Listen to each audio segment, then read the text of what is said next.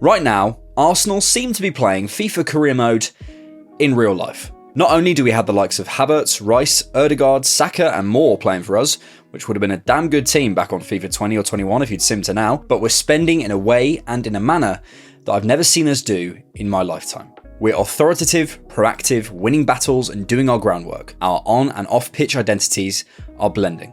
And it is so refreshing. I, like you, remember the summers like 2015, signing Petr Cech and no one else. I remember the winter of our Kim Kallstrom-inspired discontent. I remember Denis Suarez, Stefan Lichtsteiner, the deadline day dash of 2011, Shamak, Squillaci, Frimpong. I probably should have put a trigger warning before that. Deep breaths. As of recording, we have spent more this summer than any other club in the world. But it's not just incomings. We're also tying down our best young talents to long-term deals. Saliba, Saka, Ramsdale, Martinelli and Gabriel have all committed in the last 12 months, and conversations for Ødegaard and White will begin soon. By the way, to those of you panicking about whether those deals are 4 or 5 years long or whether they have an option or not, I'll just say this. If Saka gets 20 goals and 15 assists, let's say, over the next 2 seasons, let's say, we'd be discussing a pay rise in 2 years' time, regardless of whether he signed for 4, 5, 6 or 10 years this summer. Because that's what you do with world-class talent, Arsenal or otherwise. And if he doesn't perform at that level, he'll be easier to keep. And finally, this week, following the confirmation of the Declan Rice deal, it was revealed Arsenal, at time of recording, had the most valuable squad in world football, according to Transfermarkt. Considering where we were when Mikel took over this squad, it's simply remarkable. We are back. And we're not done. More on that later.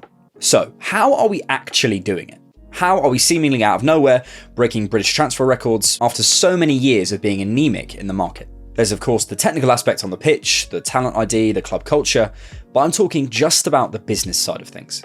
Well, of course, primarily, there's the financial aspect, and Arsenal's return to the Champions League is a huge factor. Last season, UEFA paid out over €2 billion in total to clubs competing in the Champions League, and the qualification fees as you move through the rounds are astronomical. That's only expected to go up next season, with UEFA predicting a 33% rise. For comparison, UEFA paid out just €435 million to clubs participating in the Europa League in total. The Champions League really is the holy grail. And as explained in this brilliant video by Tifo, Arsenal's FFP standings have been helped, despite pre-tax losses of €225 million over the past 3 years, by the Premier League being a little more loose, allowing more space for losses due to the COVID-19 pandemic, effectively allowing Arsenal to write off around £162 million worth of losses. They're also taking investment into the stadium, academy football and women's football into account, where Arsenal have been doing some great work. A second place finish and a round of 16 exit in the Europa League last season would have seen Arsenal net around £210 million all in as well, and our excellent work on cutting costs and wages, and some good sales recently and moving forward, mean we're in a healthy financial position. Get this, Arsenal were paying their players more in the summer of 2018 than the summer of 2022. And there's also some important context to consider. The Kroenkes took full control of Arsenal in August of 2018, with a reputation of being spendthrifts. But since the 1920 season, Arsenal have a net spend of over €680 million, higher than anyone else in the league over that time frame, as of recording, including United and Chelsea. We're no longer a club operating on a shoestring budget. We're a club whose owners have won the NFL, NHL and NBA in 3 consecutive seasons, with a track record of signing young, talented coaches, giving them the resources they need, and then getting results. And it looks like the same trick is being repeated at Arsenal. But the Kroenkes never seem to get their flowers. It's hard to believe, but it was just 2 years ago that protests took place against the ownership. Yes, sparked by the ESL proposal, but I don't think it would have been half as vociferous without the context of our underperformance on the field. A glance at some of the banners that day would tell you that. And I understand it. They've been around since 2007, which you could argue is the start of the banter era. And to some degree, they do deserve their share of the blame. But I'm also of the opinion that we kind of need to start afresh of our assessment of them from around 2018 onwards. They'd been trying to do the takeover for an entire decade at that point, so clearly this was always the plan. And from their perspective, until you take full ownership of something, of course you're not going to invest too much time in it. You don't take all the profits, and financial decisions of others affect you, so why would you be too boisterous until you own it? This is the Kroenkes 2.0, and I'm excited. Another aspect, of course, is the great work from Edu and his team. Underappreciated members of the exec team include Jason Ito, Assistant Sporting Director, who appears in the Timber announcement video, and Richard Garlick, seen here with Declan Rice, who work incredibly hard behind the scenes. And I think this is a good opportunity to clear up a few misconceptions about Edu Gaspar and what he actually does. When Arsenal get a deal over the line, the barbecue memes are out, we're singing Gaspar's name, and the proverbial sun is shining. And when we fumble a transfer deal, hashtag Edu out is trending, the terraces are grumbling, fan channels rage, and the Tollingtons sell a few more pints of Camden Hells. The life of an Arsenal fan. However, I think this reactivity is down to a kind of fundamental misunderstanding of what Edu does on an actual day-to-day basis. Of course, Edu should take a lot of responsibility for squad building, as he's involved in transfers in and out, dealing with agents, handles the recruitment department and so on, but this idea that Edu is the only guy doing anything is complete nonsense. Now, we don't have a handy job description with clear KPIs and nice day in the life TikToks to assess him by, but we can begin to triangulate what his role is if we're clever. Another video recommendation is this one by James McNicholas from The Athletic on his YouTube channel Gunner Blog. James is very close to Arsenal, and I highly recommend it to understand a bit more about the process of how Arsenal close a transfer deal. And in it, he covers Edu's role in some good detail. From there, from reading interviews, listening to Edu speak, Mikel's press conferences, Vinay's words, players' words, and so much more, I think we need to start understanding, as a fanbase, that Edu is much more of a facilitator and project manager than a negotiator, and there's a big difference. The announcement of Edu's new role on Arsenal.com as sporting director, a promotion given to him in November 2022, summarises this nicely. It says he has overarching responsibility for all footballing matters across the men's, women's and academy teams. That means he'll be responsible for getting the right staff in the door in every department, dealing with agent demands, deciding club policy on footballing matters, handling personal issues to some of the key staff and players, overseeing improvements to process, handling crisis situations, and so much more we'll probably never know. But in terms of transfers, from everything we do know, Edu is not the guy doing the negotiations. He might be the go-between at times, but the actual decisions around money at Arsenal are ultimately made by the owners. In this brilliant article by David Ornstein recently, he references how Arsenal have one of the longest chains of command in top-level sport, decisions having to be passed up and down the hierarchy through the scouts, the coaches, the sporting directors, the board, and then the owners before being communicated back down. Despite this being criticised for its leaden nature, it's meant that there's a clear hierarchy, and decisions in the market are taken carefully and methodically. In short, Edu is not the guy deciding whether we spend an extra 5 million to get a deal over the line. You're not that guy. He can push, but it is just not his final decision. So you can say, get the money out, Edu, all you want. It's about as useful as asking Cedric Suarez to get his money out. And in reality, Edu might not even be the go-between, or the guy passing on the information of the bids, another huge misconception we don't have time to address now. It will be an entire team, and who's leading the discussions will be situation or player dependent, and will also depend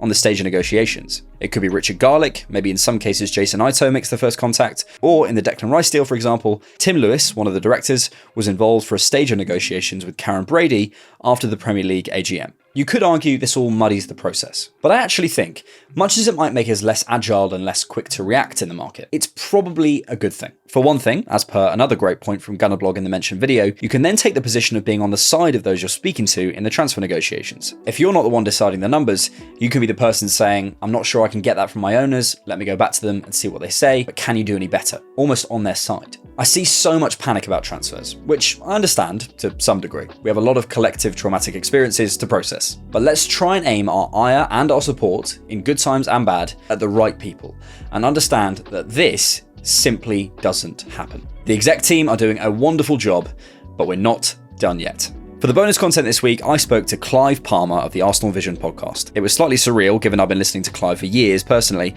and a total pleasure as he's such a gent. Clive is one of the sharpest minds on Arsenal around, and if you're not already, get following him on whatever platform you prefer. It's a long interview and chat, talking through expectations for next season, our work so far this window, and expanding on the ideas mentioned in this video. I'd pay £3 a month purely to hear his beautiful velvet tones, let alone talk about Arsenal. He is a master. So go and check it out, support The Different Knock, and get access to all the other bonus content from previous videos. Part of what Clive and I discussed was what we'll call part 2 of the transfer window. Arsenal have a lot of assets to sell this summer, and I think for the next bit of the window, the final month and a bit, we'll need to see some outgoings before any more come in. Much as I've been impressed by the proactivity, we're now in a position of strength, and as I said in this video, we rarely have been up to now, so now is the time to judge the selling. The early signs are good with the sale of Xhaka at such a good price, but we need to see more. I'm recording this on the 19th of July, so apologies if I'm behind on any of the latest news during the following. I'm sure those of you who like to comment on those types of mistakes will be super forgiving for the small, unavoidable mistake on your free content, as always. This is really exciting. At the moment, by my reckoning, Arsenal could raise between 166 and 318 million this summer from first-team player sales, and that's not including wage savings. Clearly, we won't get all of those out the door. We might get fees, we might get loans, might have to end a few contracts early, and some will stay, but there's potentially a significant amount of wage space being freed, and depending on payment structures, we could have a lot of cash to be playing with come the end of August. Let's look at a few case studies of those who could be sold. Kieran Tierney is a sell for me. I don't think he fits the identity of what Arteta wants from his fullbacks, as good as he is. Part of me thinks, well, he might be able to adapt, but I always think his biggest strengths will lie just outside of what Arteta wants from his fullbacks. If we get a good fee, I'd be happy to see him go, mainly so he can showcase his unbelievable and undoubted talent. On Thomas Partey, we have to ask ourselves a very simple question. Are Arsenal Football Club stronger on September the 1st, 2023 with Thomas Partey or with 40 million euros in the bank from Saudi or Italy? For me, it's definitely the former.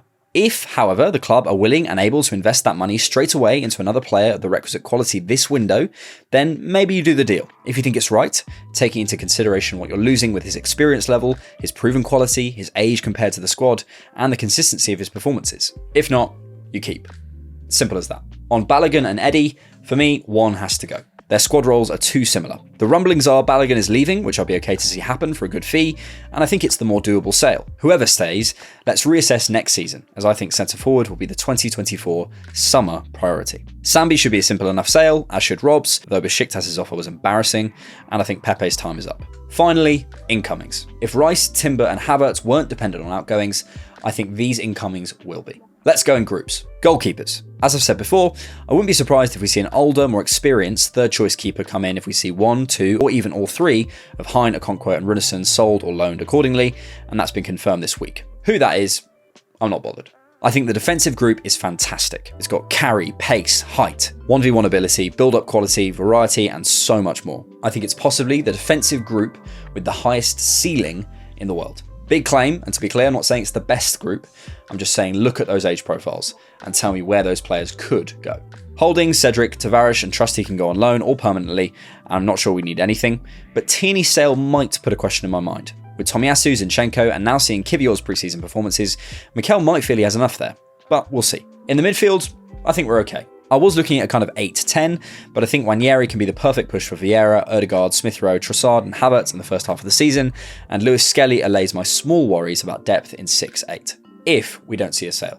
If we do, all bets are off, and if it's Partey, I expect a big incoming. But in the forward areas, I really hope we do something. We may feel Kozia-Dubry is ready to deputise for Saka, but I still feel we're one light, and we can't rely on him being so young. I will bang on and on and on about a different centre-forward option to Jesus until it happens. And I still feel he's our best bet when Saka isn't available on the right, meaning the centre-forward slot is up for grabs. I don't think Eddie is at the level.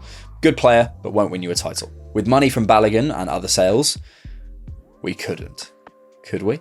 Let me know your thoughts in the comments. To add at the level of investment they have done to our squad in the last few years shows ambition from the Cronkies. To go out and get your top targets early, get your contracts done and be cruising into late July shows skill and professionalism from the exec team. To add 400 million euros of value to your squad on top of purchase value shows the game model suits the talent, and that's down to the talent ID. The system is working. The chain of command is mighty, but it's mighty for a reason. Let's hope that chain brings us a few more surprises before the summer is over.